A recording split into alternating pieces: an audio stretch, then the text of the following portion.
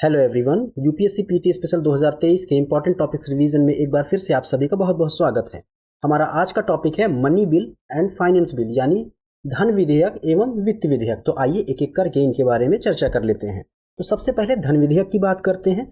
भारतीय संविधान के अनुच्छेद 110 में धन विधेयक को परिभाषित किया गया है। किसी विधेयक को धन विधेयक तब माना जाएगा यदि उसमें निम्नलिखित में से कोई एक या एक से अधिक इन सभी विषयों से जुड़े प्रावधान होंगे। वो प्रावधान कौन कौन से हैं उनको जान लेते हैं। किसी कर को लगाया जाना, समाप्त किया जाना, परिवर्तित किया जाना या नियमित किया जाना, भारत सरकार द्वारा धन उधार लेने से संबंधित विधि का संशोधन या विनियमन, भारत की संचित निधि या आकस्मिकता निधि में धन जमा करना, उसमें से धन निकालना या उस धन के संरक्षण से संबंधित प्रावधान बनाना, भारत की संचित निधि यानी कंसोलिडेटेड फंड में से धन का विनियोग, किसी व्यय को भारत की संचित निधि पर भारित व्यय घोषित करना या किसी ऐसे व्यय की रकम को बढ़ाना, भारत की संचित निधि या भारत के लोक लेखे जिसे अंग्रेजी में पब्लिक अकाउंट भी कहते हैं में कोई धन प्राप्त करना या संघ अथवा राज्य सरकारों के लेखों की जांच से जुड़े विषय। अगर बात करें अनुच्छेद 110 खंड 2 की, तो इसमें स्पष्ट किया गया है कि कोई विधेयक केवल इस कारण धन विधेयक नहीं समझा जाएगा कि उसका संबंध किसी जुर्माने या किसी अन्य आर्थिक दंडों के साथ है, उसका संबंध किन्हीं सेवाओं या लाइसेंस की फीस के साथ है, या उसका संबंध किसी स्थानीय प्राधिकारी या निकाय द्वारा स्थानीय प्रयोजनों के लिए कोई कर लगाने, हटाने, परिवर्तित करने या विनियमित करने से है। धन विधेयक के निर्धारण की अगर बात करें तो अनुच्छेद 110 खंड 3 में स्पष्ट है कि धन विधेयक के संबंध में लोकसभा अध्यक्ष का निर्णय ही अंतिम होगा। किसी विधेयक के धन विधेयक होने या न होने के मामले में लोकसभा अध्यक्ष का निर्णय अंतिम होता है और इसे किसी भी न्यायालय में चुनौती नहीं दी जा सकती है। आइए बात करते हैं संविधान के अनुच्छेद 117 में इससे संबंधित क्या बातें की गई हैं।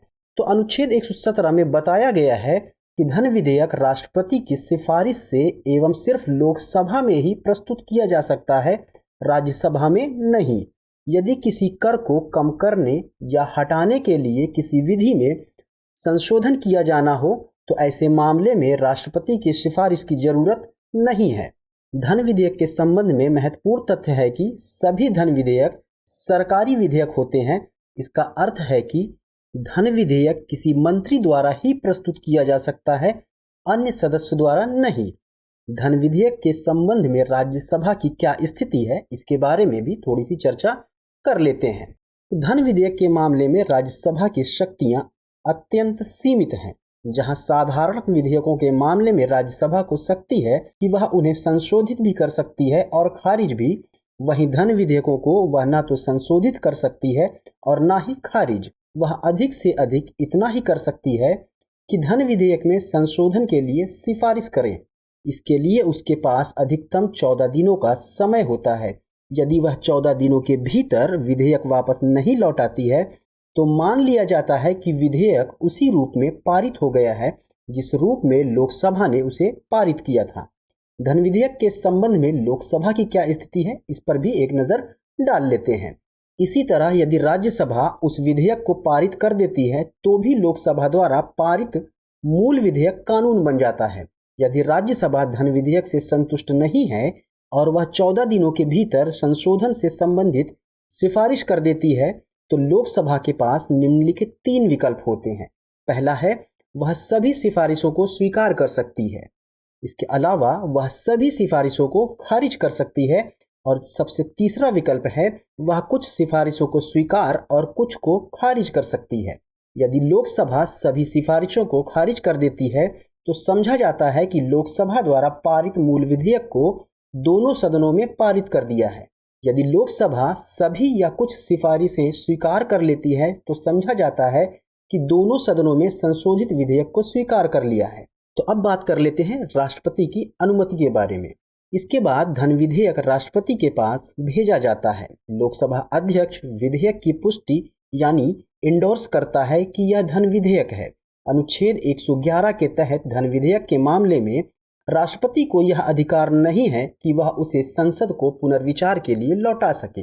राष्ट्रपति के पास 2 ही विकल्प होते हैं। पहला यह है कि वह उस पर स्वीकृति दे दे और दूसरा यह कि वह विधेयक को रोक ले। आमतौर पर राष्ट्रपति विधेयक पर स्वीकृति दे देता है क्योंकि धन विधेयक पेश करने से पहले अनुच्छेद 117 के तहत उसकी सहमति ली जा चुकी होती है। ये सारी बातें रही धन विधेयक से जुड़ी हुई, और आइए अब बात कर लेते हैं वित्तीय विधेयक या फाइनेंशियल बिल के बारे में। वे सभी विधेयक जिनका संबंध वित्त से जुड़े मामलों से होता है वित्तीय विधेयक कहलाते हैं।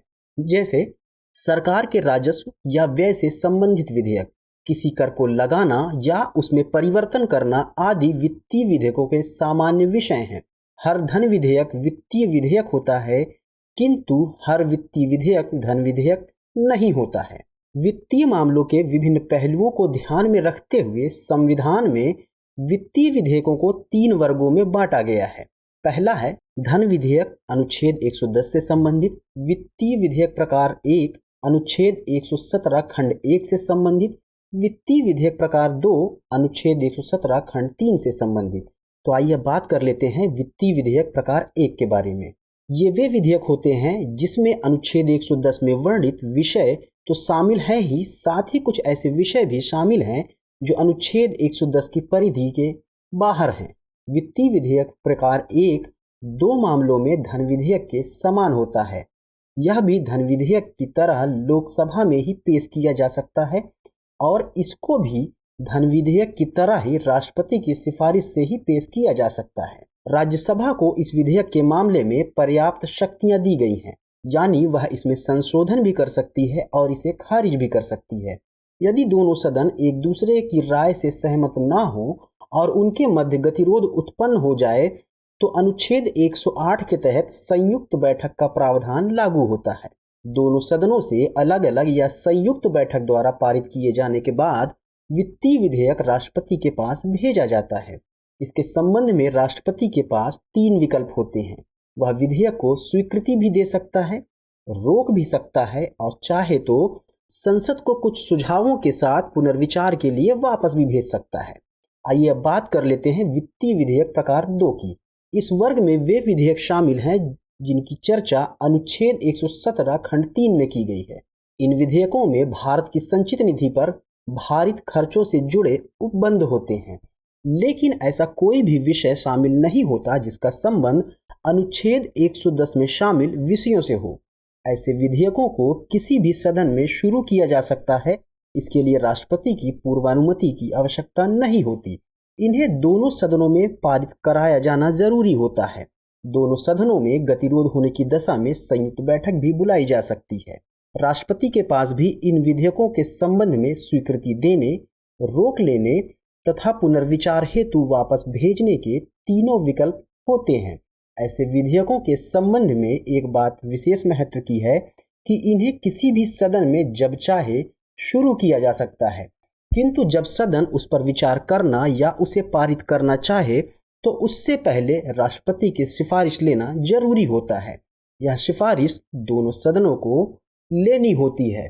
तो व्यूअर, आज के एपिसोड में इतना ही। मिलेंगे अगले किसी एपिसोड में किसी और महत्वपूर्ण टॉपिक के साथ। तब तक के लिए जय हिंद।